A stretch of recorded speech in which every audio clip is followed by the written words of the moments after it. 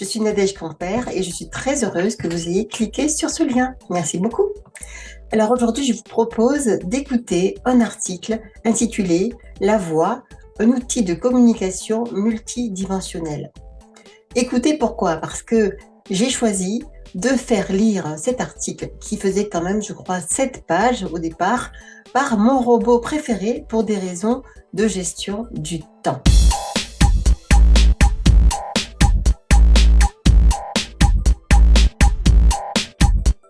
Vous aurez aussi l'occasion de cliquer sur des liens qui seront directement dans la description de la vidéo ou sur mon blog www.nadegecompere.com et vous allez voir sur l'article, il y aura plusieurs liens que vous pourrez visiter. Merci beaucoup de votre compréhension et on se dit à très vite. Au revoir.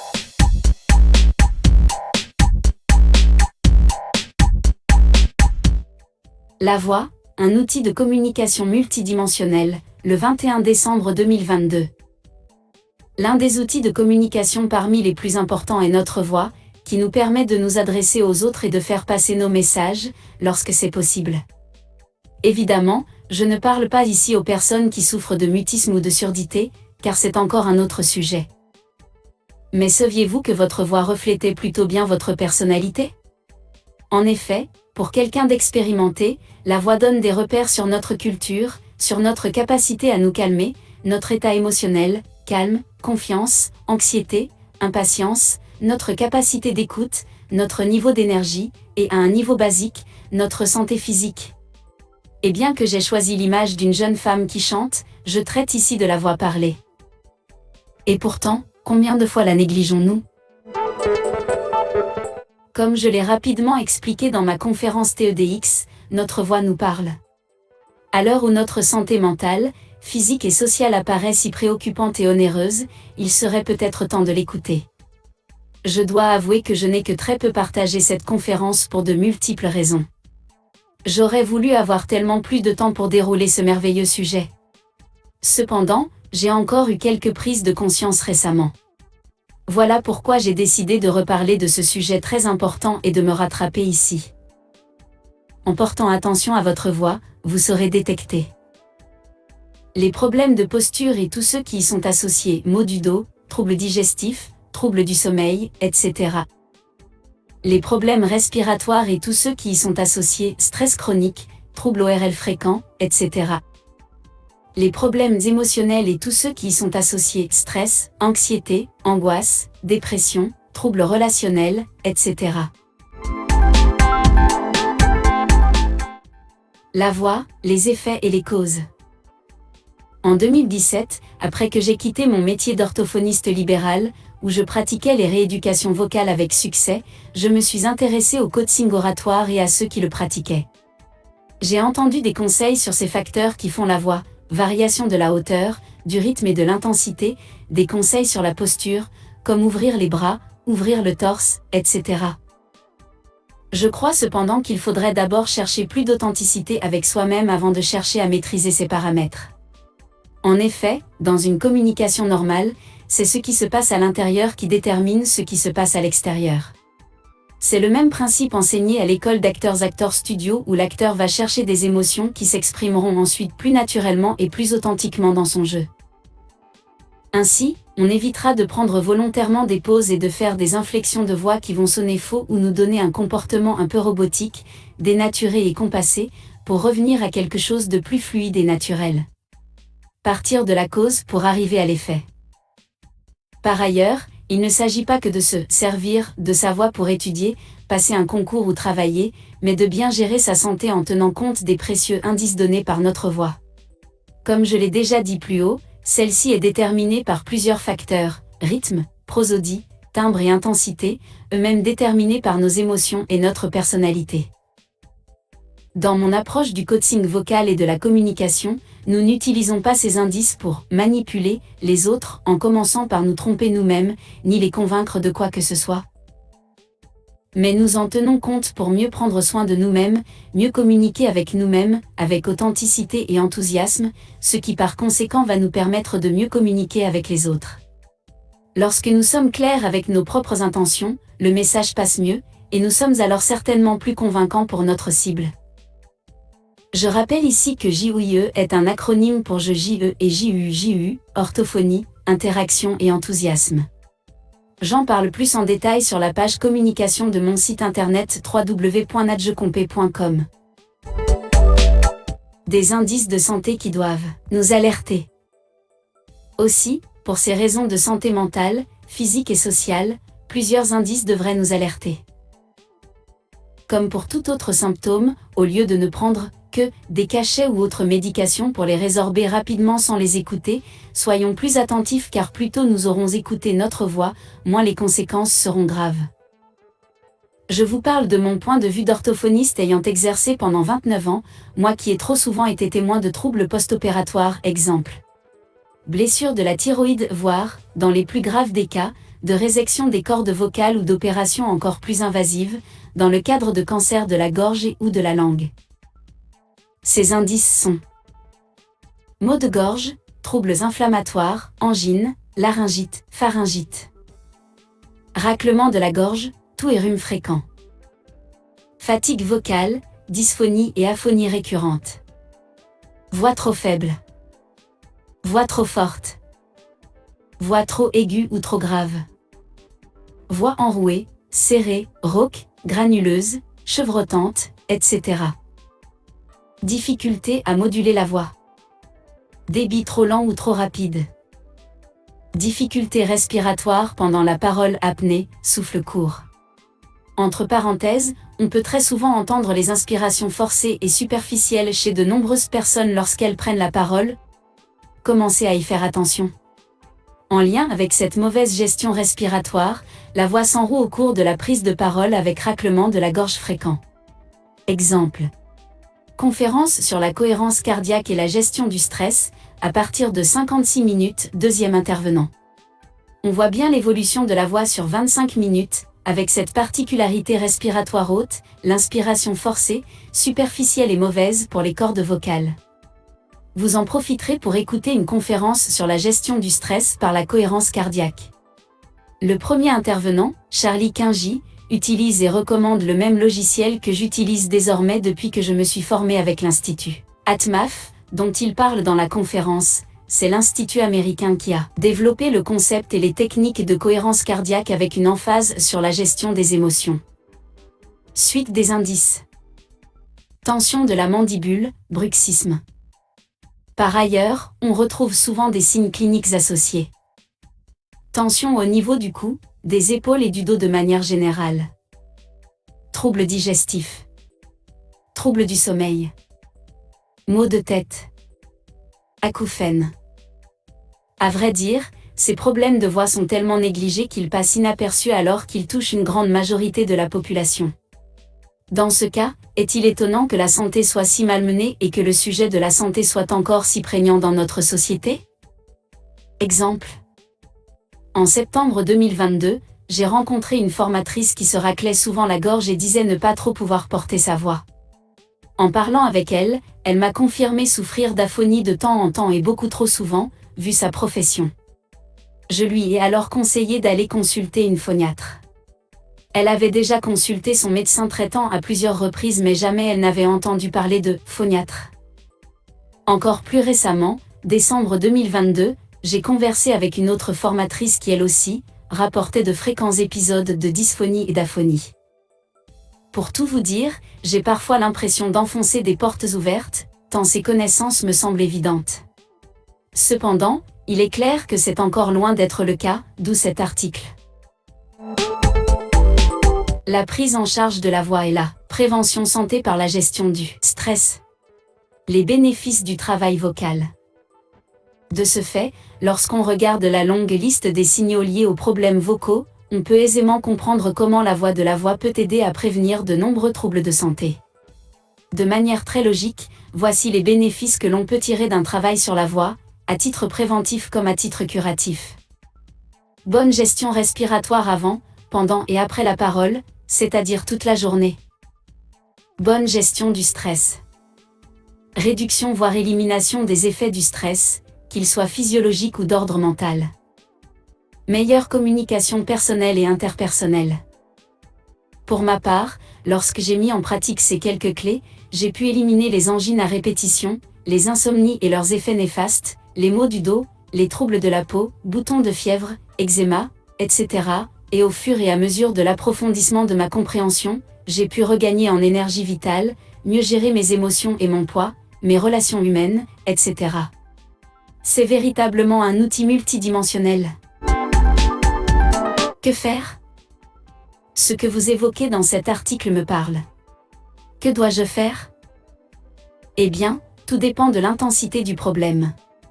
Cependant, selon mon expérience, tous ces signes sont en lien avec un trouble de la communication personnelle et interpersonnelle et tous doivent être traités car ils impactent la santé mentale, physique et sociale, à plus ou moins grande échelle et à plus ou moins long terme. Si le médecin peut vous aider à gérer vos douleurs ou gênes de l'instant, ne négligez pourtant pas d'aller chercher les causes sous-jacentes à ces problèmes, car il y en a toujours, ils ne tombent pas du ciel. Et surtout, la bonne nouvelle est que vous pouvez y remédier avec de bonnes pratiques. Consultez donc d'abord votre médecin ou votre ORL et encore mieux, un médecin phoniatre, médecin spécialisé dans la voix. Vous saurez alors s'il existe des signes cliniques, exemple inflammation, nodules, etc. En tous les cas, si vous souffrez de troubles fonctionnels qui auront causé ces troubles cliniques, il vous appartiendra de corriger ces fonctions, gestion de votre respiration, posture, pose de la voix, émotion, et synergie entre ces systèmes, afin de rétablir et maintenir l'équilibre vocal. Pour ce faire, vous pourrez vous adresser à une orthophoniste ou à un coach ou thérapeute vocal avec qui vous pourrez visiter tous ces aspects et mieux comprendre votre système vocal. Sachez toutefois que cela pourra impacter votre personnalité et votre vie. Exemple, lors d'une rééducation vocale avec une femme mariée, qui avait tendance à mal respirer et à avoir la voix faible, lorsqu'il a été question de s'affirmer, elle a choisi de cesser sa rééducation car elle s'est rendue compte que cela allait changer la dynamique de son couple. Que se passerait-il si elle commençait à dire non ? A contrario, j'ai également travaillé avec une professeure d'école qui n'arrivait pas à s'affirmer devant ses élèves de primaire. Elle était plutôt grande, sportive et musclée. Pourtant, sa voix était toute douce et faible. Et lorsqu'elle voulait se faire entendre, elle criait et se cassait la voix. En peu de séances, une fois qu'elle a eu compris certains aspects, en tant que psychothérapeute, j'insiste beaucoup sur les aspects émotionnels de la voix, et pourtant, sans forcément en parler ni raconter le passé, etc., elle savait utiliser sa voix projetée et se faire entendre avec autorité, sans crier mais en parlant fermement. Elle était ravie d'avoir trouvé un outil pour affirmer sa véritable personnalité. Une autre de mes patientes, femme au foyer, a fini par apprendre à dire non à ses enfants et à ne plus ramasser leur linge qui traînait dans la maison. Désormais, tout ce qui traînait et ne serait pas dans le panier à linge ne serait pas lavé. Par conséquent, elle n'avait plus à crier et à s'abîmer la santé. Ses enfants ont vite compris le nouveau système et étaient bien contents de ne plus avoir une maman qui criait tout le temps. À retenir, lorsque vous acceptez de changer et d'écouter vos propres besoins, vous donnez aux autres l'opportunité d'en faire de même pour vous et pour eux-mêmes. C'est cela, écouter et respecter sa voix. Et vous dans tout cela ? Que ce soit pour vous ou pour un enfant, les modalités sont les mêmes. Dans ma méthode, il s'agira surtout de déterminer pourquoi arrive le problème de voix, d'autant plus que du côté médical, on n'aura rien trouvé d'inquiétant, autrement dit, il s'agira de savoir ce que nous dit la voix, surtout dans ses premiers stades de dysfonctionnement. Il est bien sûr possible d'aborder des aspects techniques, que l'on peut tout à fait travailler en ligne, posture, respiration, etc., mais je n'oublie jamais de chercher et traiter la cause qui produit l'effet. De manière logique, plus je traite le problème dans ce sens, de la cause vers l'effet, plus les résultats sont rapides. En général, l'approche est multiple et le problème à résoudre est toujours relié à une certaine forme de stress. Étant donné que le stress est un grand indicateur et facteur de dysfonctionnement et de maladies existantes ou futures, nous avons tous intérêt à nous intéresser aux premiers signaux d'alarme de notre voix, qui réagit directement au stress. C'est pourquoi je traite toute rééducation vocale comme une prise en charge psychothérapeutique à part entière, en incluant tous mes outils, orthophonie, relaxation, cohérence cardiaque, gestion des émotions, coaching, etc. Une bonne rééducation vocale, c'est surtout apprendre à faire moins d'efforts pour obtenir plus de résultats, dans le respect de soi et des autres. ce qui implique de savoir s'affirmer et mieux communiquer. Le travail vocal, c'est pour qui? Un travail sur la voix et la communication, c'est pour tous ceux qui utilisent leur voix dans leur pratique professionnelle, formateurs, éducateurs, conférenciers, postes à responsabilité, etc., et qui, avant et au-delà de la performance oratoire, recherchent avant tout l'authenticité et le naturel, une bonne communication personnelle et interpersonnelle, ainsi qu'une bonne gestion de leur santé mentale, physique et sociale. Cette voix bien gérée participe au charisme de tout individu, et particulièrement dans la sphère professionnelle. Les chefs d'entreprise soucieux de la santé de leurs collaborateurs dans le cadre d'une démarche de prévention santé. Les particuliers, enfants, adolescents et adultes, qui connaissent certains troubles plus ou moins graves de la voix et qui veulent prendre soin de leur santé dès les premiers signes de dysfonctionnement, ou à titre préventif. Et maintenant, que fait-on? Figurez-vous que je n'ai pas encore tout dit. Si vous êtes un organisme professionnel et que vous y trouvez un intérêt, je reste à votre disposition pour une conférence à ce sujet. Il vous suffit de me le communiquer par tout moyen qui vous conviendra et je me ferai une joie de vous répondre. Trêve de discours. Si ce programme vous intéresse et vous plaît, je vous offre une séance d'1 quart d'heure pour en discuter de vive voix. Vous pourrez ainsi m'expliquer votre pourquoi et ensuite décider si je suis la personne qui pourra vous aider à résoudre ce problème de voix et de communication, que ce soit pour vous-même, pour votre enfant ou vos collaborateurs. Utilisez le formulaire de contact ci-dessous et nous prendrons un rendez-vous téléphonique ou par visioconférence, Skype ou Zoom. À bientôt. Nadège Compère, coach en expression de JOIE, orthophoniste, sophrorelaxologue, art-thérapeute, coach en principe du succès. Qui suis-je? Pour la petite histoire, à la fin de mes études d'orthophonie à l'école de Marseille-La Timone, lorsque j'ai effectué un stage dans le service ORL, on m'a confié une rééducation vocale pour un enfant de 3 ans qui présentait des kissing nodules, 2 nodules face à face sur les cordes vocales. Ma maîtresse de stage a été fort étonnée de voir les progrès rapides de cet enfant, alors que l'on considérait cette rééducation comme difficile, d'autant plus avec un enfant aussi jeune. C'était en 1988. Or, avec moi, cela avait été facile et efficace. Pourquoi? Je n'avais pas du tout utilisé les méthodes courantes et classiques, vocalise, etc. J'avais 22 ans, mais j'avais déjà compris le lien entre les émotions et la voix et surtout, j'aimais jouer. Les enfants aussi. Nous avons donc joué avec notre voix et effectué des exercices naturels comme des jeux de bouche et de voix. Avec la bonne coopération des parents, le problème a vite été réglé. Ensuite, j'ai travaillé en tant qu'orthophoniste libéral pendant 29 ans. Ma particularité était que, lorsque j'étais jeune, je souffrais de maux de gorge et d'angines assez fréquemment, j'avais des maux de la nuque, des maux du dos, des troubles digestifs et j'en passe. J'étais une grande stressée et angoissée pour diverses raisons que je ne connaissais pas toujours consciemment. Mais j'étais aussi déjà auteur-compositeur-interprète depuis ma jeunesse et avec mon travail, je continuais de me développer et d'étudier pour mieux comprendre mon corps, ma voix, mes émotions et tutti quanti. C'est ce qui m'a permis et me permet encore de comprendre mes patients, clients et c'est devenu comme un 6e sens. J'ai l'impression de pouvoir lire les voix, et j'y inclus la mienne, car notre voix évolue avec nous tout au long de la journée et de notre vie. Voir diplôme et formation. Le sujet de la voix est très riche et passionnant. C'est un véritable sujet et une voix de joie pour moi. Ma voix compte. Si vous êtes intéressé par une prise en charge de votre situation vocale, sentez-vous libre de me contacter pour qu'on en discute. Cela peut être utile à titre individuel ou pour tous vos collaborateurs. Le nombre de séances se situe entre 1 et 5 en phase préventive.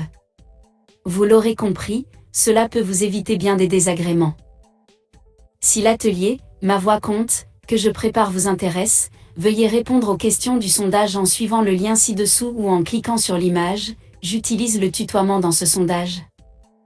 Je participe au sondage pour l'atelier « Ma voix compte ». Merci de votre écoute attentive et à très bientôt. Nadège Compère.